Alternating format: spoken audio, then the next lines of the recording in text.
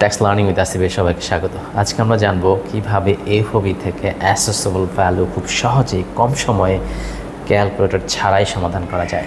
আমরা যদি একটা উদাহরণ দেখি যে একটা আইসক্রিমের ইনভয়েস মূল্য $81.69 দেওয়া আছে, এটা কিভাবে আপনি খুব অ্যাসেসেবল ভ্যালু বের করবেন। অ্যাসেসেবল ভ্যালু বের করতে চাইলে 5টা ধাপ মেনটেন করতে হয়।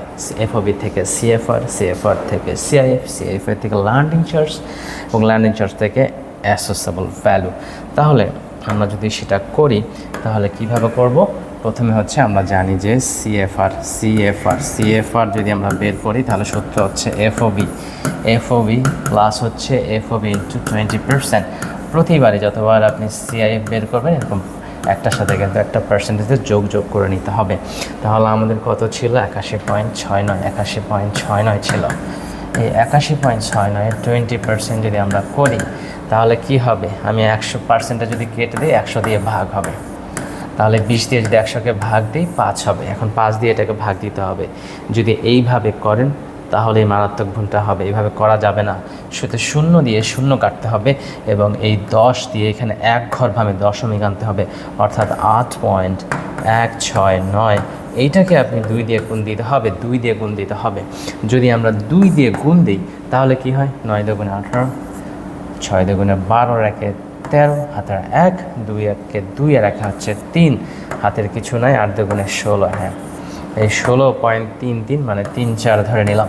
এইটার সাথে যদি এখন আমরা 81.69 যদি আমরা যোগ করি তাহলে কি হয়?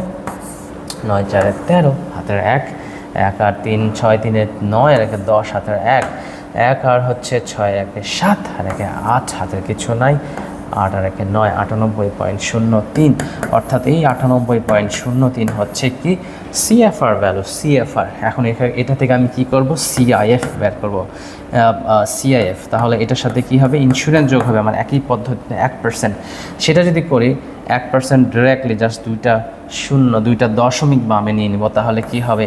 98 হবে। যেহেতু আমার এই দশমিক ছিল এক ঘর বামে, 2 ঘর বামে, 98। এই 98 যদি আমরা এটার সাথে যোগ করি তাহলে কিন্তু আমি সিআইএফ পাবো। তার মানে কি? এই যে 3 আর 8 হচ্ছে 11, হাতের 1, 9 আর 0 হচ্ছে 10, আর 9 আর 1 হচ্ছে 10, 0 হাতের 1, এটা 8 আর 1 9 আর হচ্ছে 9, হাতে কিছু নাই, 99.01। তাহলে এটা কি পেলাম? এটা হচ্ছে সিআইএফ পেলাম। এবার যদি আমরা ল্যান্ডিং চার্জ 1% যোগ করি কি আসে? এটার সাথে আমি 2 ঘর বামে দশমিক নেব, অর্থাৎ এখানে একটা, তাহলে আবারও কিন্তু সেই 0.99 যদি আমরা যোগ করি, 9 আর 1 হচ্ছে কত? 10, তাহলে 0 হাতের 1, 9 আর 1 0, 9 আর 0 9 আর 1 যোগ করলে আবারও 10, হাতে কিছু 1 আছে, 9 আর 1 10, হাতের 1 এবং এই 10 কয় ঘর বামে দশমিক ছিল? 2 ঘর বামে। তাহলে এই 100 হচ্ছে অ্যাসেসেবল ভ্যালু, অর্থাৎ এবি হচ্ছে 100।